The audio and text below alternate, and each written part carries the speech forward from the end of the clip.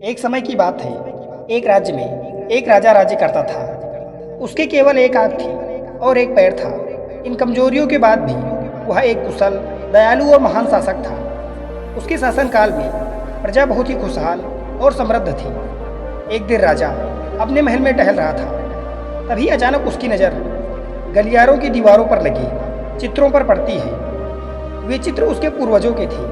उन चित्रों को देखकर राजा के मन में यह विचार आया कि भविष्य में जब उसके उत्तराधिकारी महल के उस गलियारे से गुजरेंगे तो उन चित्रों को देखकर अपने पूर्वजों का स्मरण करेंगे। राजा का चित्र अब तक उस दीवार पर नहीं लगा था। अपनी शारीरिक अक्षमताओं के कारण वह नहीं जानता था कि उसका चित्र कैसा दिखेगा, लेकिन उस दिन उसने सोचा कि उसे भी अपना चित्र उस दीवार पर लगवाना चाहिए। अगले दिन उसने अपने राज्य के सभी श्रेष्ठ चित्रकारों को अपने महल में आमंत्रित किया।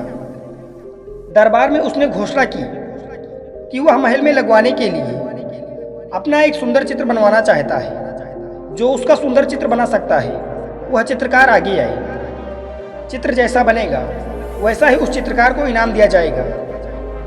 दरबार में उपस्थित सभी चित्रकार अपनी कला में निपुण थे, लेकिन राजा की घोषणा सुनने के बाद वे सब सोचने लगे कि राजा तो काना व लंगड़ा है, ऐसे में उसका सुंदर चित्र कैसे बन पाएगा। अगर चित्र सुंदर नहीं दिखा तो हो सकता है राजा क्रोधित होकर उन्हें फांसी भी दे दे। यह विचार किसी को भी आगे आने का साहस नहीं दे सका। सब चित्रकार कोई ना कोई बहाना बनाकर वहां से चले गए।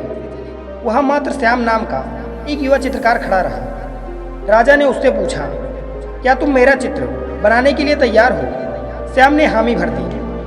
राजा ने उसे अपना चित्र बनाने की आज्ञा दे दी। अगले ही दिन से श्याम राजा का चित्र बनाने में जुट गया। कुछ दिनों बाद चित्र बनकर तैयार था। जब उस चित्र के अनावरण का दिन आया तो दरबार में दरबारी सहित वे सभी चित्रकार भी उपस्थित हुए जिन्होंने राजा का चित्र बनाने से इनकार कर दिया था।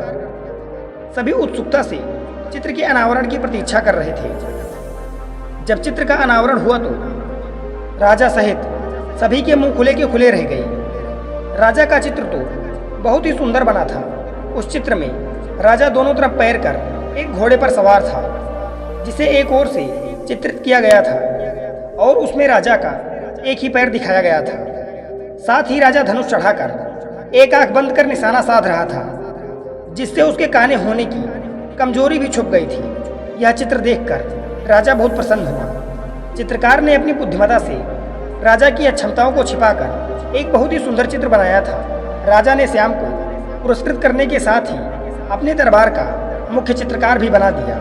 दोस्तों, जीवन में हमें अगर आगे बढ़ना है तो सदा सकारात्मक सोच रखनी चाहिए। जीवन में परिस्थितियां हमारी सोच पर निर्भर करती हैं। विषम परिस्थितियों में भी सकारात्मक दिशा में सोचने से बड़ी से बड़ी समस्याओं का समाधान आसानी से हो सकता है। इसीलिए हमें सदा सकारात्मक सोच रखनी चाहिए।